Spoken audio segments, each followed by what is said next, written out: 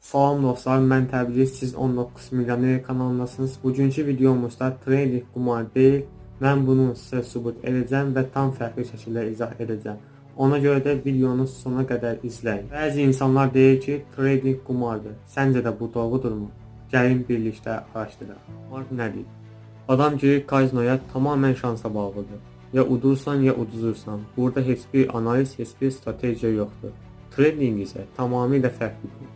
Tradinglə risklərin idarə edilməsi. Əgər trading qumar olsaydı, böyük fondlar, böyük banklar niyə trade edərdilər? Stop loss, risk management, strategiyalar, bunlar ticarətin əsas prinsipləridir. Təcrübəsizlər niyə pul deyir? İnsanlar bu sayədə çoxlu pullarını itirirlər.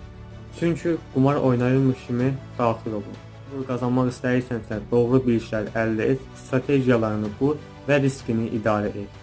Sən bunu başarırsan.